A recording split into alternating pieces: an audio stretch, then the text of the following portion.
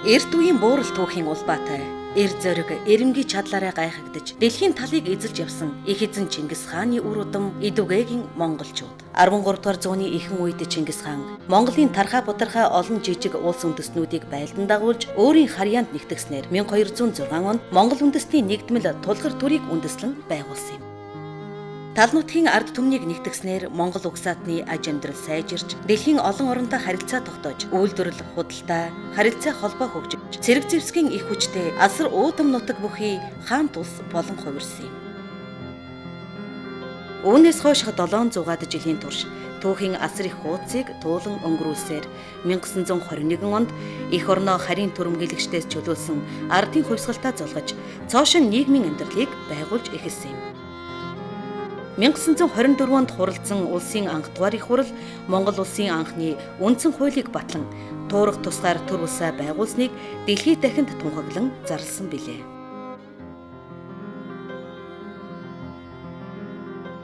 Үзэсгэлэнт байгаль үндэсний уламжлалт зан заншлаараа гайхагддаг Монгол улс Аз тивийн түүх хэсэгт хойд талаараа Оросын холбооны улс, урд талаараа бүгд найрамдах Хятад ард улстай хил залгаж оршдог. 1,565 мянган хавтгай дөрвөлжин километр нутагтай 2,5 сая хүн амтай бөгөөд газар нутгийн хэмжээгээр дэлхийн улсуудаас 18 дугаар байрыг эзэлдэг. Цаг агарын хувьд их газрын эрсдэс уур амьсгалтай учраас өвөлдөө 1-р сард 50 хэм хүрч хүйтрэх, 107-р сард 40 хэмээс хэтэрч халах үзэгдэл олонтоо тохиолдно. Дэлхийн хамгийн цэлмэг тэнгэртэй нар гээгүүлэх хугацаа ихтэй орны нэг. Монгол улс нь 21 аймаг нийслэл Улаанбаатар гэсэн засаг захиргааны нэгжид хуваагддаг. Монгол улс парламентын засаглалтаа орон бөгөөд төрийн тэргүүн нь ерөнхийлөгч, засгийн газрын тэргүүн нь ерөнхий сайд байдаг.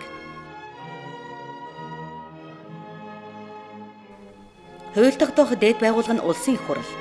Бүх нийтийн сонгуулиар тойрог бүрээс ард түмний санал хураалтаар сонгогдсон 76 гишүүнээс улсын их хурал бүрддэг юм. Хууль тогтоох дээд байгууллага болох улсын их хурлын хугацаа 4 жил.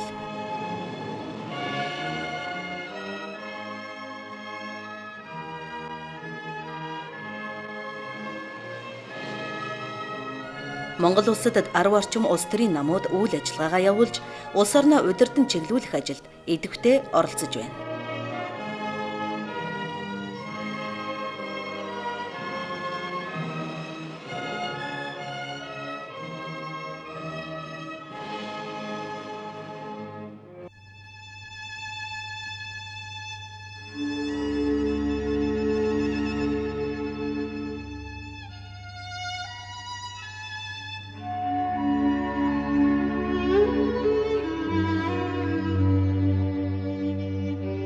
Монгол орн бол Төв Азийн их зүйл, Сибирийн их хөвч тайх хоёрын зааг газарт оршдог учраас байгалийн эрсдэс онцлог нөхцөл бүрдсэн үзэсгэлэнт газар нутаг элбэгтэйгээс гадна хүн ам нь таруу суурьшдгаас байгалийн онгон төрх нь хэвээр хадгалагдсан үлдсэн дэлхийн цөөн орны нэг юм.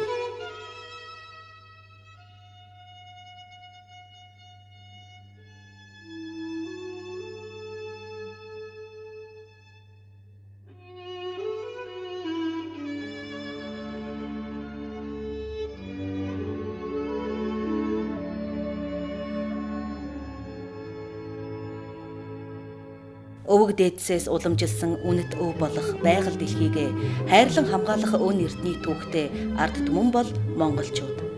Уулаваа, нуур ус, аршаан булга дахин шүтэж хамгаална гэдэг нь Монголд бичигдээгүй хууль юм.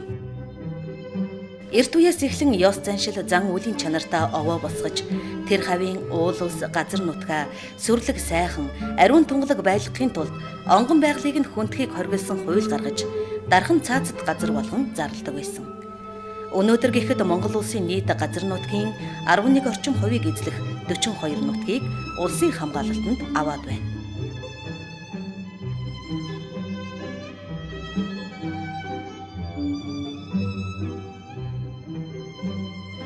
Энд бид монголчуудын далай ээж гэж хүндлэн дээдэлдэг байгалийн цогцлборт газрын нэг хөвсгөл нуур түүний сав газруудыг харж байна.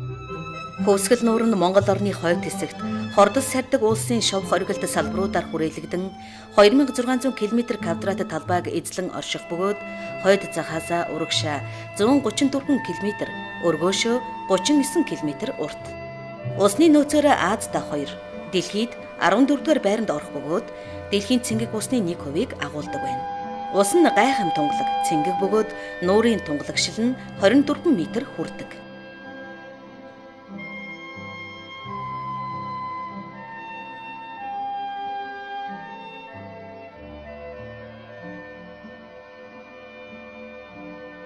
Монгол төмнийч харийн гижнийч харааг булаасан энэ сайхан нутгийн ой хөвчөд та өн эртний амьдралын хэв маягаа орхиогүй өвөрмөц соёл заншилтай цаатан ардын амьдрал цаа бугын аж ахуйтай танилцах болно.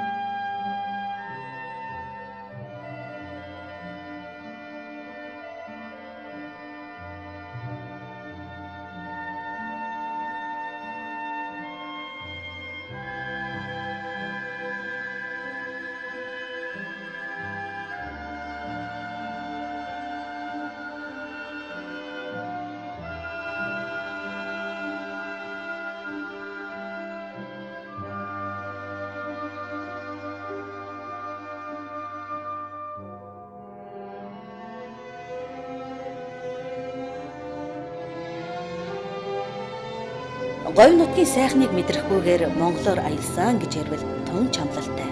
Тиймээс ч энд говь нутгийн тухай сонирхуулъя. Монгол орны өмнө зөвхт орших говь 3 сайхан улс. Энэ нуруу нь 100 гаруй километр үргэлжилсэн 3 том саланг нуруунаас бүрдэх бөгөөд сонин тогтцтой хад чулуу, ховор ан гэд ургамал олон бий. Энд дархан цаазат ёлын ам хэмээх нарийн хадан хавцал байх бөгөөд 200 орчим метр өндөр илгэн хад, түүний дээгүүр халин нисэх ёл, бүргэж шувууд, дүүлэн харийнхаа дархан цаазат аргал, янгэр зэрэг ховор амьтдыг нэг дөрөөс харах боломж эндээс л олдно. Говь нутагт үлэг гөрвлийн дэлхийн хамгийн баялаг олдвартай Хэрмэн цав, Баянзаг, Төгөргийн ширээ зэрэг үзэсгэлэнт байгальтай газрууд олон бий. Үлэг гөрвлийн онцгой ховор олдвруулах зуралдсан үлэг гөрвлийн өндөг, бүтэн арга яс дэлхийд дахинд анх эндээс л олджээ. 1922 онд Баянзагийн ширээ гэдэг газраас 70-80 сая жилийн өмнөх авраг гөрвлийн чулуудсан яс өндөг бүтнээрээ олдсон бөгөөд эдгээр нь Америк нэгдсэн улсын палеонтологийн музейд хадгалагдаж байна.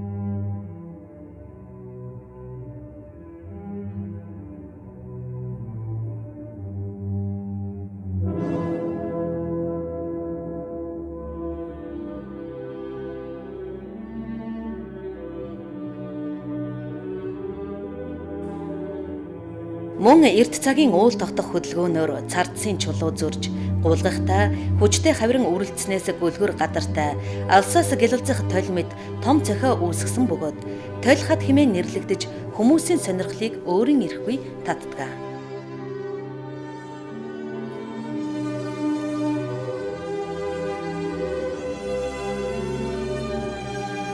Говь нутгийн хонгорын элс хэмээх 180 орчим километр үргэлжлэх элсэн манхнууд.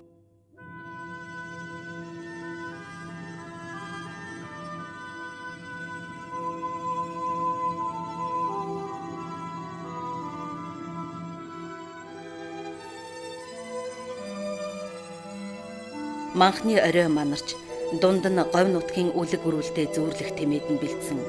Гайхамшигт байгалийн хослол говь нутагт элбэг харагдана. Захгүй шаргал илсэн, заг таанын анхлуун үнэрнэ, дэргэд униартах зэрэглэн, дэлхийд ховорхон тэмээн сүргэн говь нутгийн ард түмний бахархал юм.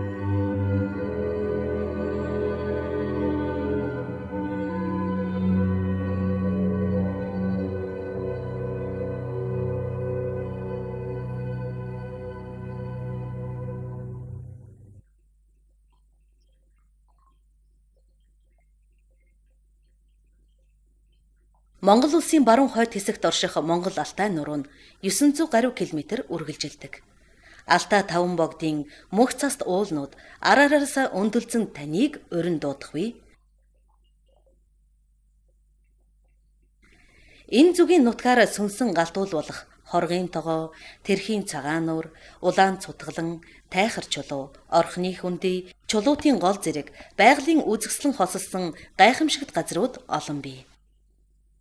Уулын өндөрт гарч усны тунгалгийг хүртэж говийн наранд аянсан бол Дорнод Монголын уудам тал альжаал тайлж санаа уужруулна. Хүний ямар нэгэн нөлөөнд өртөөгүй хээрийн байгалийн унган төрх байдлаа хадгалж үлдсэн бэлчээрийн ариун их нөөц бүхий цөөн газрын нэг нь дорндын тал нутаг. Хараа цуцаж бараа алдарсан энэ талд нэн ховорцсон тогруу, гургуул тоодог шуудаас гадна Төв Азийн цагаан зээрийн 70% нь амьдардаг юм. Монгол орон амьтны аймгаар баялаг. 1500 төрлийн шавж, 300 орчим зүйлийн 2 нутагтан, 80-ад зүйлийн загас, 415 зүйлийн шувуу, 140 гаруй зүйлийн хөхтөн амьтантай. Цагаан зэр хамгийн элбэг бөгөөд тарваг, үнэг, чон, баавга буг нилээд бий. Мөн дэлхийд нэн ховорцсон учир олон улсын улаан номд оруулж агнахыг хоригдсон тахи, бууг, цаабуг, хандгай, мазаала, аргал, янгэр, тогруу, гургуул зэрэг 19 төрлийн амьтан жигүүртэн шавууд Монгол орны нутагт амьдарч байна.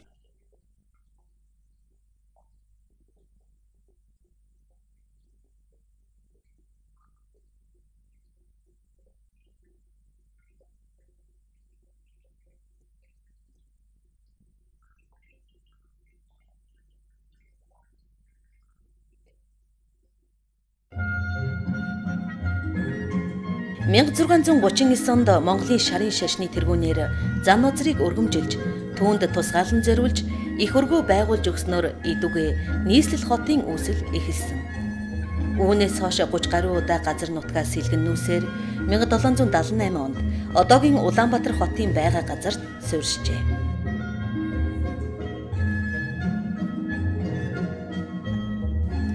(1924 онд хуралдсан улсын анх дугаар их хурлаас Улаанбаатар хэмээн нэрлэх шийдвэр гаргаж Монгол улсын нийслэл хэмээн тунхагласан юм.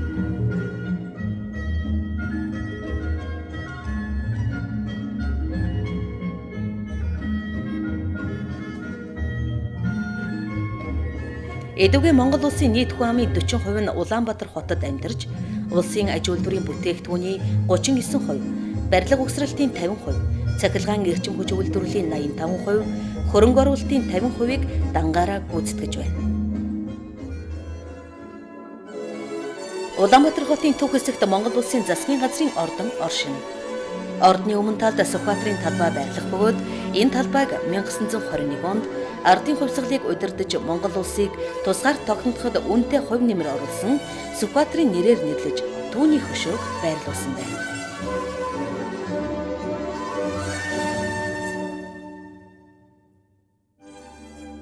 Тус талбай дээр олон нийтийг хамарсан цэнгүүн, баяр ёслолын ажиллагаа, жагсаал цуглаан байнга явагдаж, хөл хөдөлгөөн тасардгүй газрын нэг болсон юм. Монгол улсын хамгийн том худалдаа үйлчилгээний төв улсын их дэлгүүр. Энд бүхий л төрлийн худалдааны салбарууд үйлчилгээгээ явуулах бөгөөд дэлхийд алдартай электрон бараанууд, гадаад дотоодын үйлдвэрийн бүтээгдэхүүнүүд байхаас гадна гадаадын зочид гүйчэд аялагч жуулчдад зориулсан үндэсний уламжлалт бүтээгдэхүүн, бэлэг дурсгалын бараа, уран зураг, үндэсний хувцас, эсгий урлал зэрэг Монголыг сурталчилсан бүх төрлийн барааны хамгийн өргөн сонголттой тусгай тасаг ажилтдаг юм. Монгол ямааны зөөлөн, хөвсгөр ноолуур, малын арьс шир, ноосор хийсэн төрөл бүрийн загвар хийцтэй ахван идэл, хевс, сүүлийн үеийн загвар хийцтэй хувцснууд нь олон улсын үзэсгэлэн яармаг, шоу тэмцээнд хаанч голөгдохооргүй болж олон орны пүүс компаниудтай хамтран ажилладаг.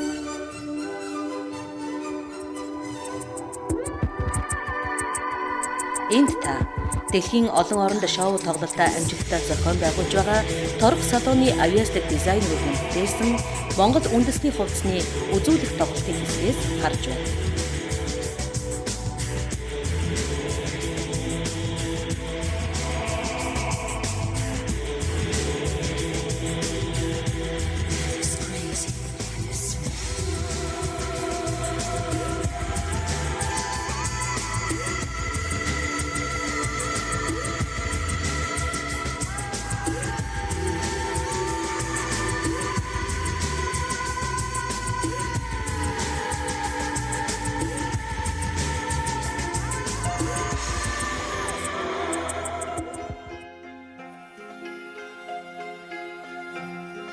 Аялал жуулчлалд чухал хувь нэмрээ оруулж зорин ирсэн гийчнийг аяд тухтай байлгах хариуцлагатай ачааг үүрдэг газар бол зочид буудал, жуулчны баазууд байдаг.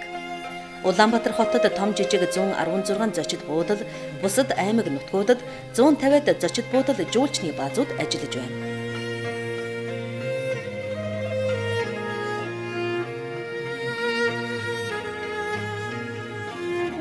Чингис хаан Монгол шилтгэн Улаанбаатар, Баянгол зэрэг зочид буудлууд болон өөрийн үндэсний өнгө төрх, хэлбэр загвартай, үйлчилгээнд жигдэрсэн жуулчны баазууд жилийн дөрвөн улиралдаа тогтмол үйл ажиллагаагаа явуулдаг.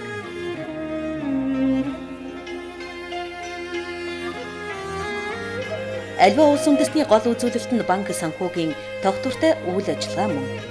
Төрийн болон хувийн өмчит банкнууд нь олон улсын төвчөнд хүрсэн төрийн шуурхай, найдвартай үйлчлэгийг үзүүлж, гадаадын олон банкудтай хамтран ажиллаж байна.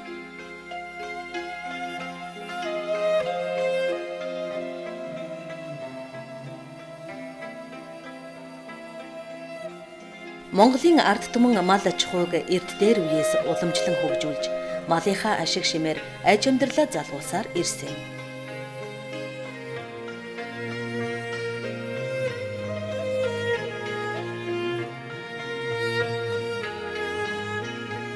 Жилийн дөрвөн улиралд усны тунгалаг, өвсний шимтэйг дагаж малаа хариулж, эцэг өвгдийн олон зууны уламжлалыг нандинан хадгалж байгаа хүмүүс бол малчин ард түмэн билээ. Малчид малынхаа мах, сүүн бүтээгдэхүүнийг хэрэглэж, арьс шир, мах, ноос ноолуур зэргийг худалдаалан арилжиж, амьдралынхаа их усүрийг бий болгодог.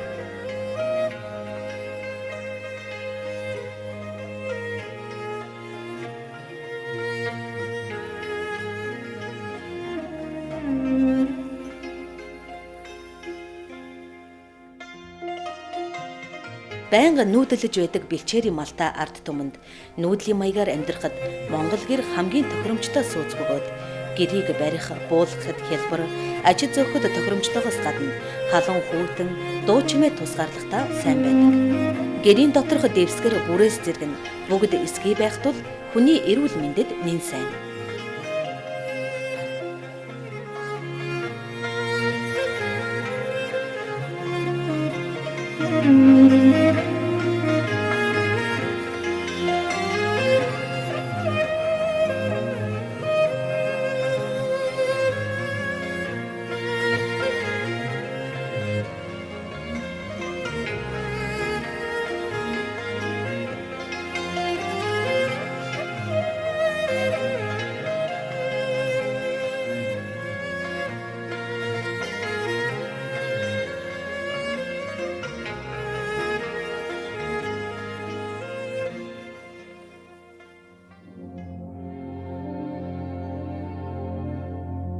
Монголын ард түмний 90% шүтдэг Бурхан шашинтны гол төв, гандан тэгчлэн хийд болон бусад арваад сүм Улаанбаатар хотод үйл ажиллагаагаа явуулж, сүсэгтэн олондоо ном хурал айлдаж, хойчин амьдралд нь сэтгэл санааны тусламж дэмжлэг үзүүлж байдаг.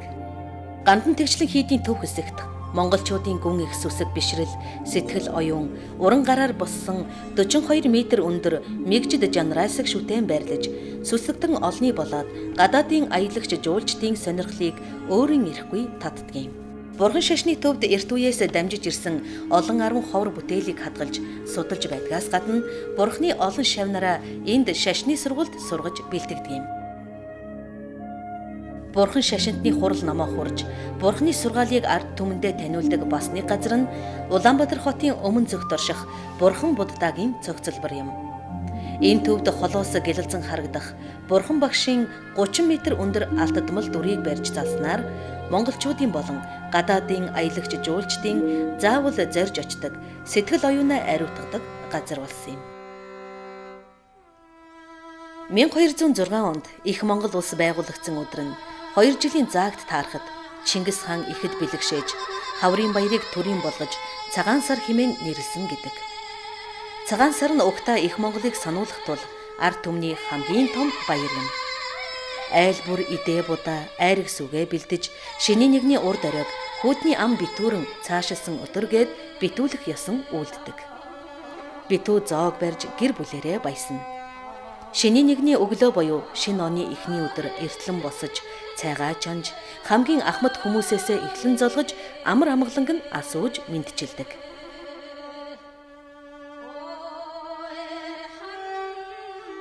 Баярын ширээн дээр хоньны ууцыг битүү чанаж болгон том тавган дээр тавьдаг бөгөөд үндэсний уламжлалт ул боовыг засаж цагаан эдэгээр чинэн. Эдгээр нь өөрсдийн уламжлалт ёс жаягтай байдаг. Айл бүр бууц хинэх жигнэж болгосон үндэсний хоолыг хийж айраг сүү цагаан эдэгээр ирсэн зочдоо дайлна. Өвгдээцийн үеэс уламжлагдан ирсэн хамрын тамхи хийсэн хөөргийг харилцан солилцож яриа хөөрөө өрнүүлдэг юм. Ийхүү дайлж цайсны дараа зочиддоо гарын бэлэг хүртээж үдэж мордуулдаг билээ.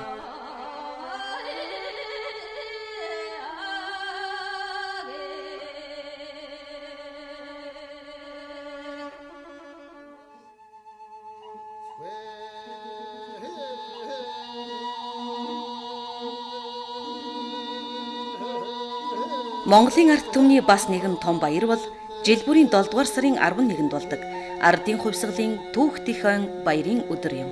93 наадам хэмээх энэ баяр нь эзэн Чингисийн оройдоо залж ирсэн 9 хүлд цагаан тугийг төв цэнгэлд хүрээлэндээ залж Монгол улсын ерөнхийлөгч ард түмэндээ үг хэлж наадмын үйл ажиллагааг нээснээр эхэлнэ. Ардын авиаснууд хамтлаг дуучдын тоглолт болж Монголын бүх үндэстэн яснууд уламжлалт хувцас өмсөн мэдчилж төрөл бүрийн урлаг спортын үзүүлэх тоглолтууд болдог.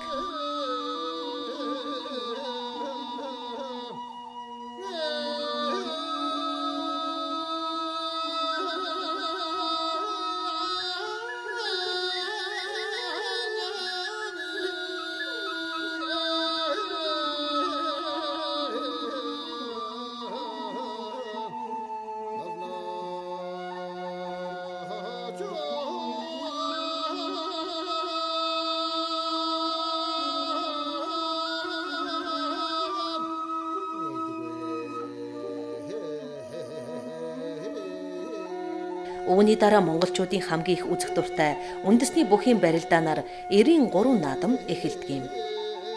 Зодог шуудгаа өмссөн эртээ чадaltaа бөхчүүд 500-аад мэхийн хувилбартай Монгол бүхийн барилдаанд хүч бэр, уран мэх ухаанаар үнэн хүчийг үзүүлэн барилдаж, үзүү төрүү булаалн тэмцэлдэнэ. Энэ барилдааны 512 бүхөөс онцгойрон шалгарч нэг чуналгүй үлдсэн бүх төрүүлж Монгол улсын ерөнхийлөгчөөс алдар гавьяаг нь илтгэх бүхийн цол хүртэж гарын бэлгээр шагнуулдаг.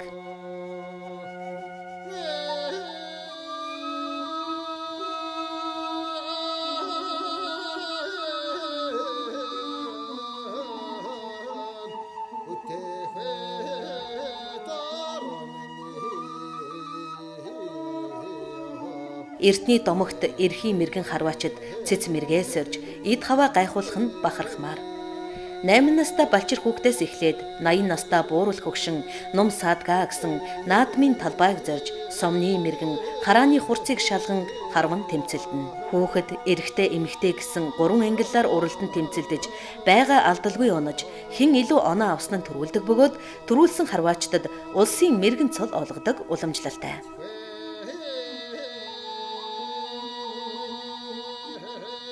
Эмээлт хурдан хүлгийнхээ уяа сойлгыг тааруулах газрын алдарт уяачид наадмын талбайд буудалж эрмэг хурдан хүлгийнхээ хурд хүчийг сольдог юм. Хурдан хүлгийг таньж морь ууж сойх арга мэдлэгийг өвөг дээдэс бий болгосон бөгөөд нас насаар нь ялган уралдах газрын хол ойрыг тохируулна.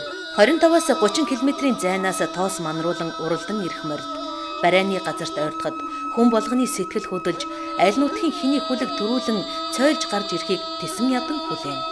Төрөө морь газар цавчлан дахиж унсан хүүхэд гин голон орж ирэхэд морио дээдэлдэг монголчуудын сэтгэлийн хөөрөл дээцэгтэй тулдаг. Хурдан морьныхоо тоосон даруулахыг ард түмэн нь өөрсдөөж хиймэр сэргэн гэж үздэг. Ийхүү 2 өдөр үргэлжлэх монголчуудын төрч ёсны их баяр цэнгэлэн гадаадын аялагч жуулчдын хамгийн их цугларсан хамгийн сонирхолтой өдрүүд болж өнгөрдөг юм.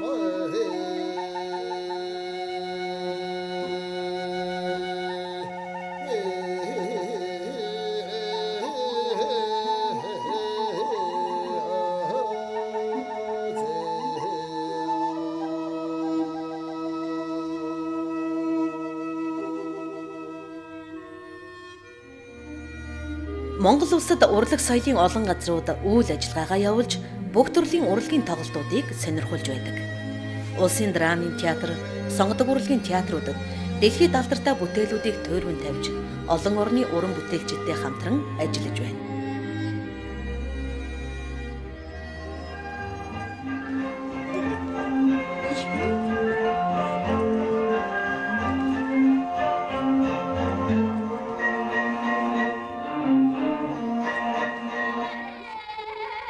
Ардын язгуур урлагийн чуулгууд уран бүтээлчд нь гадаадын орнуудаар айлчлан тоглож, үндэснийхээ урлагийн гайхамшигыг дэлхийд дахинд таниулж, олон улсын арга хэмжээнүүдэд байнга өргөдөн оролцдог болсон юм. Ялангуяа уудам тал шиг уртын сайхан дуун, эртний уламжлалт хөөмийн их шиг аялгуун, үйгүй мэт нугарах уран нугаралт нь, хоёрхан хос утсан дээр сонгодог хөгжмөгч игшгэлүүлэх морин хуурын тоглолт нь олон хүмүүсийг уяран сонсож, сонирхон үздэг гайхамшигтай урлаг болж дэлхийд дахинд нэгэнт хүлээн зөвшөөрөгдөд байна. Монголчуудын сонирхуулах дуртай бас нэг зүйл нь үзмрүүд. Палеонтологийн музейд 50-80 жилийн тэртех эрт галвын үеийн олон төрлийн динозаврын арга ёснууд, хараахан хагарч амжилгүй чулуудсан өндөг, барьцалдаад хатсан динозаврууд, дэлхийд хамгийн том тооцогдох сарвуу зэргийг хараад амьдаар нь харж буй мэт төсөөлөл төрөхвэ. Палеонтологийн энэ үзмэр жил ирэх бүр ховор үзмрүүдээр баяцаар байна.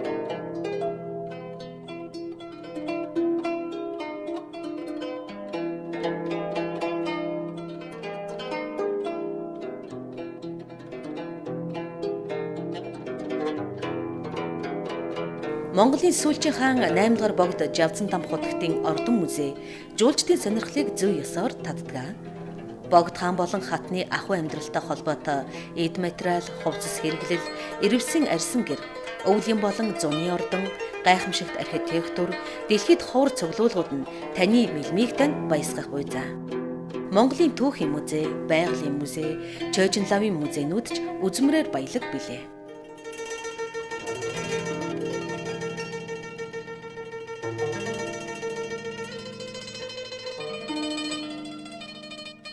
Дүрслэх урлагийн музейд Монголын эмэгтэйчүүдийн гар урлын гайхамшгууд, өндөр гэгээн зам азрын бүтээсэн бурхны үнэлж баршгүй бүтээлүүд, цам бүжгийн баг, хувцас хэрэглэл зэрэг өргөмөц урлагийг сонирхож болох юм. Монгол оронд эртний түүхт дурсгалт газрууд, хөшөө дурсгал олон байдаг бөгөөд тэдний нэг хэсэг бол 14-р зууны үеийн Монгол улсын нийслэл, засаг захиргаа, харилцаа холбоо, худалдаа 8-ны гол төв, хар хорин хотын төр. 17-р зууны буддын шашны ариун газар Эрдэнэзүү хийд юм. Эрдэнэзүү хийдэд Чингис хааны голомтыг үе үлрэн онголж хадгалсан Автай сайн хааны гэрийн бураас эхлээд түүхийн асар их дурсгалт зүйлүүдийг хадгалсан сувраг хийдүүд 16-р зуунаас 20-р зууны ихэнх хүртэлх Монгол урчуудын гараа гаргаж бүтээсэн урлагийн өв дээжүүд хадгалагдсан үлдснээс гадна 16-р зууны үеэс эхэлсэн Монголын бурхны шашинтны хамгийн том төвийн үргэлжлэл энд үйл ажиллагаагаа явуулж байна.